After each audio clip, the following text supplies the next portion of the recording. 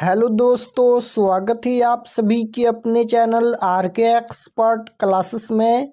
तो यदि आप भी 19 फरवरी को संस्कृत का फाइनल परीक्षा देने वाले हैं तो अभी की इस क्लास में 19 फरवरी फाइनल परीक्षा के लिए संस्कृत के 100 वैसे ऑब्जेक्टिव क्वेश्चन हम लोग देखेंगे जो आपके 19 फरवरी संस्कृत के फाइनल परीक्षा में पूछा जाएगा। तो आप लोग इस क्लास में अंत तक बने रहिएगा। ये संस्कृत का क्वेश्चन पेपर है 19 फरवरी फाइनल परीक्षा के लिए सेकेंडरी स्कूल एग्जामिनेशन 2026 एनुअल यानी वार्षिक फाइनल परीक्षा 2026 के लिए ये संस्कृत का क्वेश्चन पेपर है 19 फरवरी फाइनल परीक्षा के लिए। और संस्कृत के हम लोग टोटल 100 ऑब्जेक्टिव क्वेश्चन पढ़ेंगे अभी की इस क्लास में, तो आप लोग क्लास को पूरा वॉच कीजिएगा। संस्कृत का ये क्वेश्चन पेपर है, समय 3 घंटा 15 मिनट मिलेगा और पूर्णांक 100 रहेगा। 100 नंबर का एग्जाम होगा।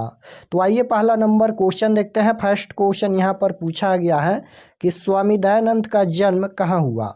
बताना है कि स्वामी दयानंद का जन्म कहाँ हुआ, गुजरात में या मध्य प्रदेश में या बंगाल में या उत्तर प्रदेश में।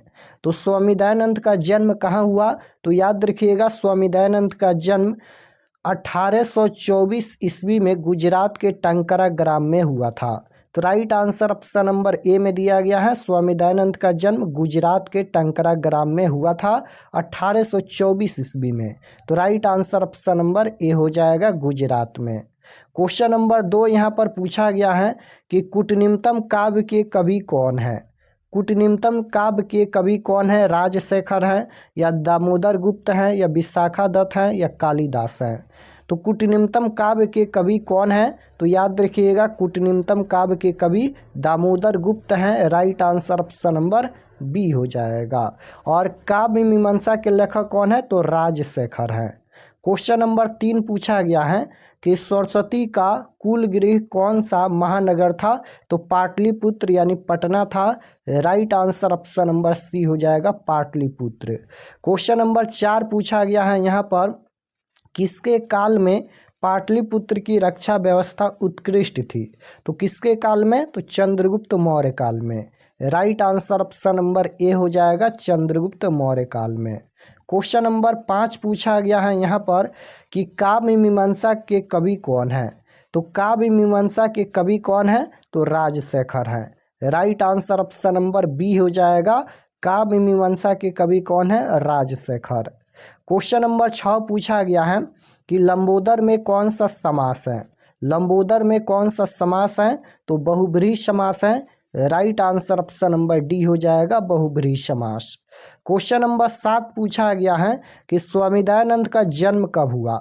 अब यहाँ पर पूछा गया है कि स्वामी दयानंद का जन्म कब हुआ, तो 1824 ईस्वी में गुजरात के टंकारा ग्राम में स्वामी दयानंद का जन्म हुआ था। Right answer option number C हो जाएगा, 1824 ईस्वी में। क्वेश्चन नंबर 8 यहाँ पर पूछा गया है कि स्वामी दयानंद के बचपन का नाम क्या था। स्वामी दयानंद का बचपन का नाम पूछा गया है, तो याद रखिएगा स्वामी दयानंद के बचपन का नाम था Mulshankar. Right answer option number C में दिया गया है, मूलशंकर।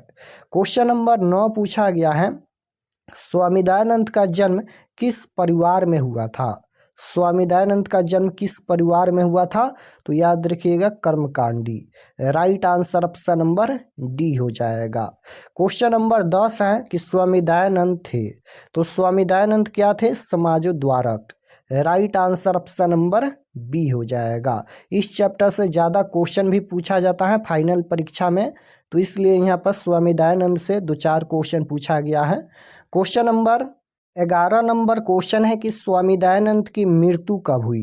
अब यहाँ पर पूछा गया है कि स्वामी दयानंद की मृत्यु कब हुई, तो जन्म हुआ था 1824 ईस्वी में और मृत्यु हुआ था 1885 ईस्वी में। तो right answer option number B हो जाएगा, 1885 ईस्वी में। क्वेश्चन नंबर 12 पूछा गया है कि मंदाकिनी वर्णम पाठ के कवि कौन है। तो मंदाकिनी वर्णम पाठ के कवि कौन है, तो याद रखिएगा Valmiki ji. Right answer option number C हो जाएगा। क्वेश्चन नंबर 13 पूछा गया है कि मंदाकिनी वर्णम पाठ रामायण के किस कांड से संग्रहित हैं। तो मंदाकिनी वर्णम पाठ रामायण के किस कांड से संग्रहित हैं? तो याद रखिएगा अयोध्या कांड से। Right answer option number B हो जाएगा अयोध्या कांड से।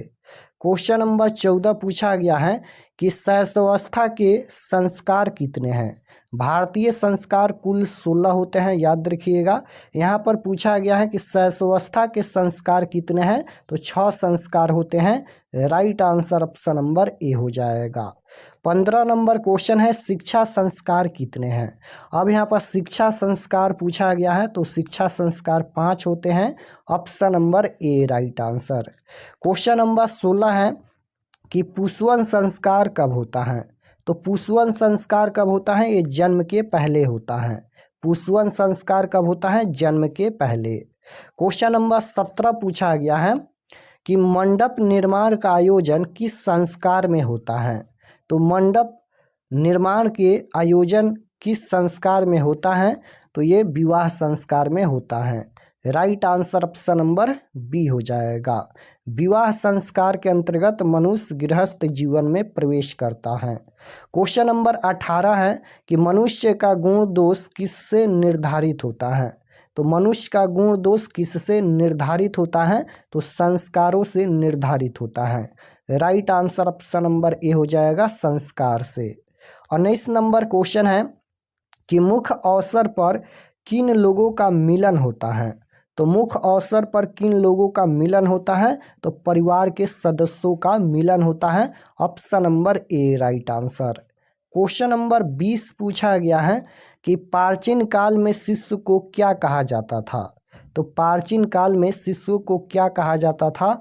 तो याद रखिएगा ब्रह्मचारी। Right answer option number C हो जाएगा। 21 नंबर क्वेश्चन है कि सप्तपदी क्रिया किस संस्कार में संपन्न की जाती हैं? तो ये विवाह संस्कार में।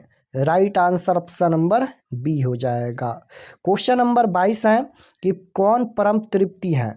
तो कौन यहाँ पर परम तृप्ति है? विधा। Option number A right answer हो जाएगा विधा। 23 नंबर क्वेश्चन है कि कैसे पुरुष सभी जगह सुलभ होते हैं? क्लास में आप लोग अंत तक बने रहिएगा। टोटल हम लोग 100 क्वेश्चन देखेंगे और 100 क्वेश्चन आपको 100% याद होना चाहिए। कैसे पुरुष सभी जगह सुलभ होते हैं? तो इसका राइट आंसर हो जाएगा सतत प्रियवादी। Option number D right answer. Question number 24 है कि करमवीर कथा पाठ किसकी कथा है? तो करमवीर कथा पाठ ये किसकी कथा है? तो राम प्रवेश राम की कथा है। Right answer option number A हो जाएगा राम प्रवेश राम। क्वेश्चन नंबर 25 पूछा गया है भारत सदा सेवित है। तो भारत सदा सेवित है नदियों से, पर्वतों से, सागरों से।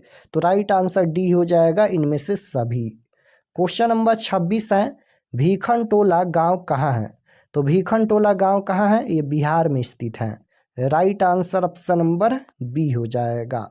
27 नंबर क्वेश्चन है कि स्वामी दयानंद का जन्म किस परिवार में हुआ था? तो कर्मकांडी परिवार में हुआ था।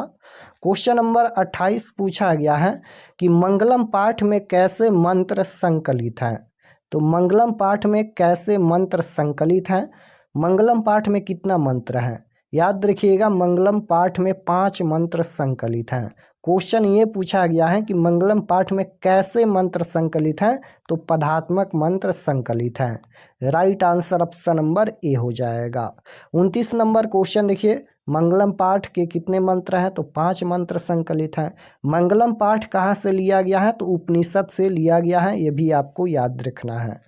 पाटलिपुत्र किस प्रांत की राजधानी है?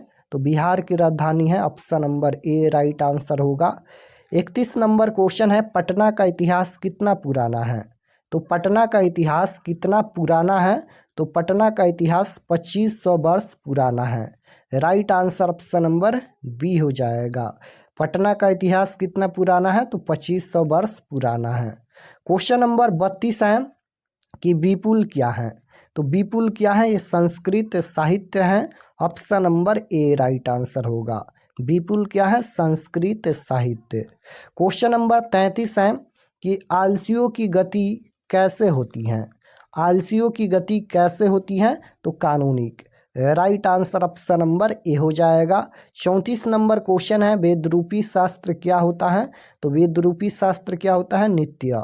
Option number A right answer हो जाएगा, नित्य। क्वेश्चन नंबर 35 पूछा गया है। 35 नंबर क्वेश्चन है कि वेद के कितने प्रकार हैं? तो वेद के कितने प्रकार हैं? तो याद रखिएगा, वेद के 4 प्रकार होता है, ऋग्वेद, यजुर्वेद, अर्थवेद, सामवेद। तो right answer option number C हो जाएगा। वेद के कितने प्रकार हैं? तो 4 प्रकार हैं, option number C right answer. Question number 36 है, मंदाकिनी वर्णम पाठ के कवि कौन है? तो वाल्मीकि जी हैं, राइट आंसर सी होगा। स्वामी दयानंद के बचपन का नाम क्या था? तो मूल शंकर था। ये क्वेश्चन 2 बार रिपीट हो गया। क्वेश्चन नंबर 38 पूछा गया है, महान से भी महान क्या है? तो महान से भी महान क्या है? तो याद रखिएगा, महान से भी महान, छोटा से भी छोटा और बड़ा से भी बड़ा क्या होता है? आत्मा होता है। तो right answer option number A हो जाएगा, आत्मा। 39 नंबर क्वेश्चन है कि किसकी विजय होती है? तो किसकी विजय होती है? हमेशा सत्य की विजय होती है। और किसकी विजय नहीं होती है? तो असत्य की विजय नहीं होती है। तो राइट आंसर ए हो जाएगा, किसकी विजय होती है? तो हमेशा सत्य की विजय होती है। 40 नंबर क्वेश्चन है कि मध्यकाल में पाटलिपुत्र किस नाम से जाना जाता था? तो मध्यकाल में पाटलिपुत्र किस नाम से जाना जाता था? तो याद रखिएगा, इसका राइट आंसर हो जाएगा, पटना के नाम से जाना जाता था। 41 नंबर क्वेश्चन है, सत्यमेव जयते किस उपनिषद का मूल मंत्र है? सत्यमेव जयते ये किस उपनिषद का मूल मंत्र है? तो राइट आंसर हो जाएगा, मुंडकोपनिषद। Option number A right answer होगा। क्वेश्चन नंबर 42 है कि सत्य का मुंह किस पात्र से ढका हुआ है? सत्य का मुंह किस पात्र से ढका हुआ है? तो हिरण्मय पात्र से ढका हुआ है। Right answer option number A हो जाएगा। सत्य का मुंह किस पात्र से ढका हुआ है? तो हिरण्मय पात्र से। क्वेश्चन नंबर 43 है, परमात्मा कहाँ रहते हैं? तो स्वर्ग में। Right answer option number B हो जाएगा। 44 नंबर क्वेश्चन है कि पाटलिपुत्र नगर में क्या प्रसिद्ध है? तो पाटलिपुत्र नगर में क्या प्रसिद्ध है? तो गोलघर प्रसिद्ध है। Option number B right answer हो जाएगा, गोलघर। क्वेश्चन नंबर 45 है, किसके काल में पाटलिपुत्र का अधिक समृद्धि हुई? तो ये चंद्रगुप्त मौर्य काल में। Right answer option number A हो जाएगा। 46 नंबर क्वेश्चन है कि बुद्ध काल में पाटलिपुत्र नगर का क्या नाम था? तो बुद्ध काल में पाटलिपुत्र नगर का क्या नाम था? Pataligram. Right answer option number A हो जाएगा, पाटलीग्राम। 47 नंबर क्वेश्चन है कि सरस्वती का कुल ग्रह कौन सा महानगर था? तो Pataliputra. Right answer option number D हो जाएगा, पाटलिपुत्र। 48 नंबर क्वेश्चन है कि पटना नगर की पालिका देवी कौन है? तो पटना नगर की पालिका देवी कौन है? Patan Devi. Right answer option number C हो जाएगा, पटन देवी। क्वेश्चन नंबर 49 है कि पटना के किस दिशा में गंगा नदी बहती है? तो पटना के किस दिशा में गंगा नदी बहती है? तो याद रखिएगा, उत्तर दिशा में। Right answer option number A हो जाएगा, उत्तर दिशा में। क्वेश्चन नंबर 50 है, नारी में कौन सा स्त्री प्रत्यय है? तो नारी में कौन सा स्त्री प्रत्यय है? तो इसका राइट आंसर क्या होगा? डीन प्रत्यय, टी प्रत्यय, या फिर यहाँ पर डीप या डिस। तो नारी में कौन सा स्त्री प्रत्यय है? इसमें डीन प्रत्यय है। राइट आंसर ए हो जाएगा। क्वेश्चन नंबर 51 है, अजह प्लस टापू से कौन सा शब्द बनेगा? इसको जोड़ेंगे तो कौन सा शब्द बनेगा? अजा शब्द बनेगा। Right answer option number B होगा। 52 नंबर क्वेश्चन है कि आलस कथा के रचनाकार कौन है? तो आलस कथा पाठ के रचनाकार कौन है? Vidyapati. Option number A right answer हो जाएगा, विधापति। विधापति एक मैथिली कवि हैं। क्वेश्चन नंबर 43 है कि कर्मकांड ग्रंथ कौन है? तो कर्मकांड ग्रंथ कौन है? कल्प। Option number A right answer हो जाएगा, कल्प। क्वेश्चन नंबर 54 पूछा गया है कि न्याय दर्शन के प्रवर्तक कौन है? न्याय दर्शन के प्रवर्तक कौन है? गौतम। राइट आंसर बी हो जाएगा। 55 नंबर क्वेश्चन है, विश्व शांति पाठ में कैसे वातावरण का वर्णन है? तो विश्व शांति पाठ में कैसे वातावरण का वर्णन है? तो अशांति। Option number A right answer हो जाएगा, अशांति। 56 नंबर क्वेश्चन है कि शांति किससे स्थापित होती है? शांति किससे स्थापित होती है? तो परोपकार से। Right answer option number B हो जाएगा। 57 नंबर क्वेश्चन है, दुख का विषय क्या है? तो अशांति। Right answer option number C हो जाएगा। दुख का विषय क्या है? तो अशांति। क्वेश्चन नंबर 58 है, आलस कथा क्या शिक्षा देती है? आलस कथा पाठ से हमें क्या शिक्षा मिलती है? तो राइट आंसर हो जाएगा दोष निराकरण। Option number A right answer हो जाएगा। नेक्स्ट क्वेश्चन है कि आलसशाला में आग लगने पर भी कितने लोग नहीं भागे? तो आलसशाला में आग लगने पर कितने लोग नहीं भागे? तो 4 असली आलसी नहीं भागे थे। Right answer option number B हो जाएगा। आलसशाला में आग क्यों लगाई गई? तो आलसियों की परीक्षा लेने के लिए। आलसशाला में आग लगने के बाद 4 लोग नहीं भागे थे, धूर्त आलसी भाग गए थे, लेकिन ये 4 असली आलसी नहीं भागे थे। क्वेश्चन नंबर 60 पूछा गया है, आलसशाला में आग कब लगाई गई? तो कब लगाई गई? तो जब सब सो रहे थे तब आलसशाला में आग लगाई गई, आलसियों की परीक्षा लेने के लिए। राइट आंसर सी हो जाएगा। 61 नंबर क्वेश्चन है, महाभारत में किस लेखिका का उल्लेख है? तो महाभारत में किस लेखिका का उल्लेख है? सुलभा की। Right answer option number B हो जाएगा। किस देश में देवता बार बार जन्म लेना चाहते हैं? तो Bharat. Right answer option number C हो जाएगा, भारत। क्वेश्चन नंबर 63 पूछा गया है कि हमारे भारतीय भूमि कैसी है? हमारे भारतीय भूमि कैसी है? तो विशालकार है। Right answer option number B हो जाएगा, विशालकार। 64 नंबर क्वेश्चन है कि पुराण कितने हैं? अब यहाँ पर पूछा गया है कि पुराणों की संख्या कितना है? तो 18। Right answer option number C हो जाएगा, 18। क्वेश्चन नंबर 65 है, आलसशाला में आग क्यों लगाई गई? तो आलसियों की परीक्षा लेने के लिए। Right answer option number B हो जाएगा, आलसियों की परीक्षा लेने के लिए। 66 नंबर क्वेश्चन है, सबसे बड़ा शत्रु कौन है? तो सबसे बड़ा शत्रु कौन है? सबसे बड़ा शत्रु आलस्य है। Right answer option number C हो जाएगा, सबसे बड़ा शत्रु कौन है? तो आलस। क्वेश्चन नंबर 67 है, नीतिकार आलस को क्या मानते हैं?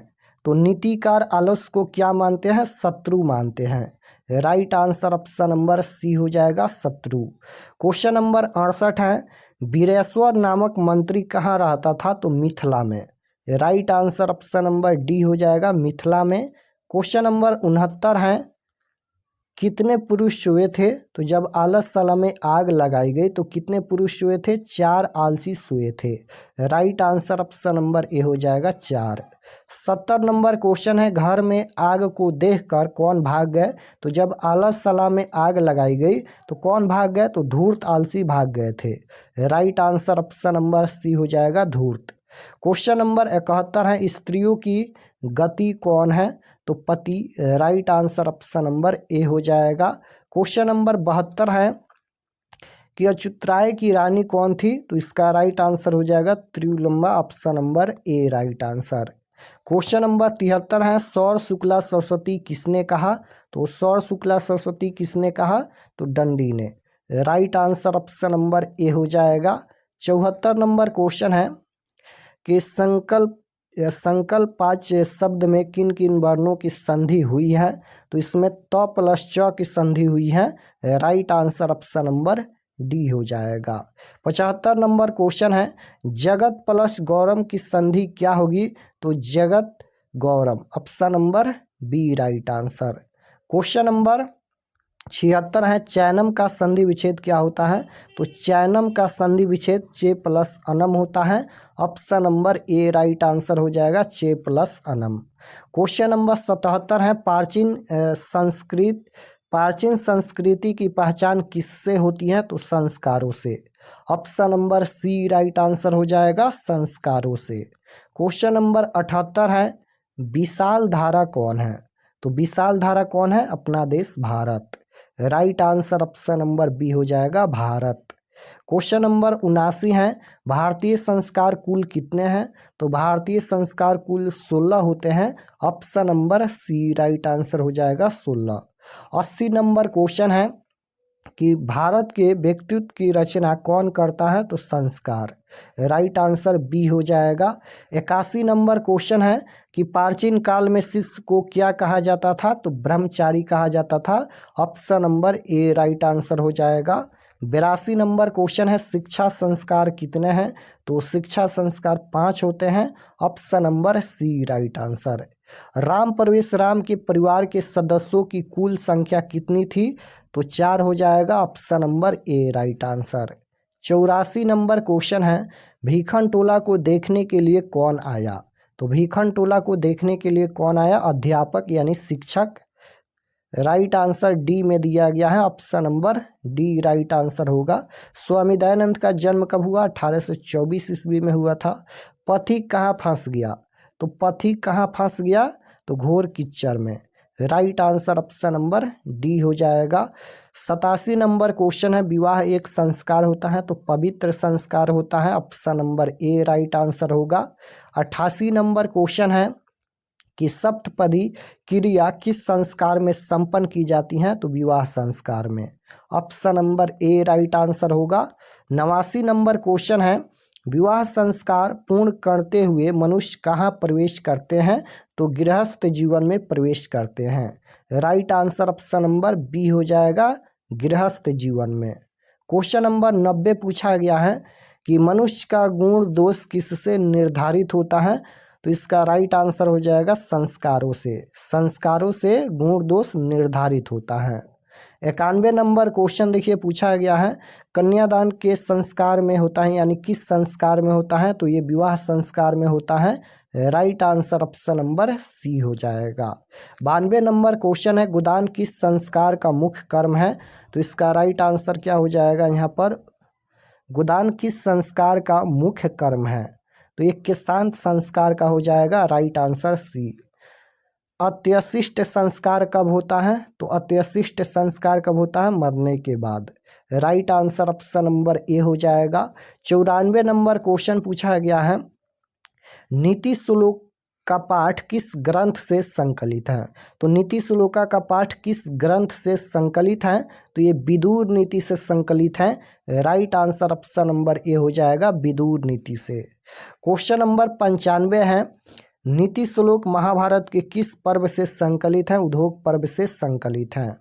96 नंबर क्वेश्चन है कि अपनी उन्नति चाहने वालों को कितने दोषों को त्याग देना चाहिए, तो 6 दोषों को त्याग देना चाहिए। राइट आंसर ए हो जाएगा। बिना बुलाए कौन आता है, मूर्ख। राइट आंसर ए हो जाएगा। 98 नंबर क्वेश्चन है परम तृप्ति देने वाली क्या है, तो परम तृप्ति देने वाली क्या है, विधा। Right answer option number A हो जाएगा, विधा। 99 नंबर क्वेश्चन है परपीड़न किसके लिए होता है, तो ये पाप के लिए होता है। राइट आंसर बी हो जाएगा। 100 नंबर क्वेश्चन है किससे कुल की रक्षा होती है, तो कुल की रक्षा किससे होती है, तो व्यवहार एंड वृत्ति से कुल की रक्षा होती है। Right answer option number A हो जाएगा, व्यवहार एंड वृत्ति से। तो यहाँ पर हम लोग संस्कृत के 100 ऑब्जेक्टिव क्वेश्चन देखे हैं। आप लोग कमेंट में बताइए कि आपका कितना क्वेश्चन सही हुआ। और अगर आप लोग चैनल पर नए होंगे तो चैनल को ज़रूर सब्सक्राइब कर लीजिएगा, ताकि आने वाले नेक्स्ट क्लास आपके पास ज़रूर पहुँचे। और ये सभी प्रश्न आप लोग ज़रूर याद कर लीजिएगा, ये बहुत ही महत्वपूर्ण क्वेश्चन है 19 फरवरी फाइनल परीक्षा के लिए। तो आप लोग ये 100 क्वेश्चन याद कर लीजिएगा और सभी क्लास को ज़रूर ज्वाइन कीजिए, क्योंकि फाइनल परीक्षा के समय कम बचा है, इसलिए आप लोग सभी क्लास को ज़रूर ज्वाइन कीजिए। तो मिलते हैं नेक्स्ट क्लास में, तब तक अपने स्टडी कीजिए। आप सभी को धन्यवाद।